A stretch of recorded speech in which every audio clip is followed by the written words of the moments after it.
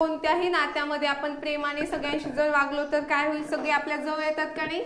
आणि सगळ्यांची मनं जवळ आली की ते कधीच काय करत नाहीत रे, भांडण करत नाही. बरोबर बरोबर. आणि आपल्या टेबलवर काय दिसते तुम्हाला? हे फक्त याच्यामध्ये काय विशेष आहे? त्या छप्पर मध्ये काय विशेष आहे सांगा बरं? शांती. आणि याच्या भिंती कशाने बनलेल्या आहेत? आणि याचा पाया बरोबर आहे. जेव्हा संघर्ष होतो त्यानंतर काय होतं? संघर्ष चांगला आहे का वाईट आहे?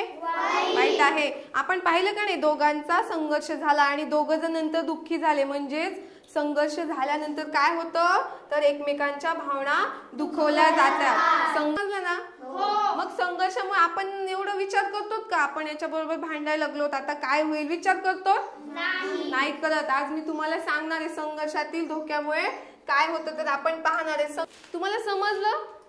आपापसात शांती निर्माण करणे. आपल्याला काय करायचं? शांती निर्माण करायची का नाही? शांती जर आपण एकमेकांमध्ये ठेवली तर संघर्ष होतो का? नाही. आपण एकमेकांना मदत करतो, मैत्रीने राहतो. बरोबर आहे का नाही? म्हणजे जगामध्ये सर्वात श्रेष्ठ काय आहे? शांती निर्माण करणे. शांती हा आनंद जगात सर्वात श्रेष्ठ आहे.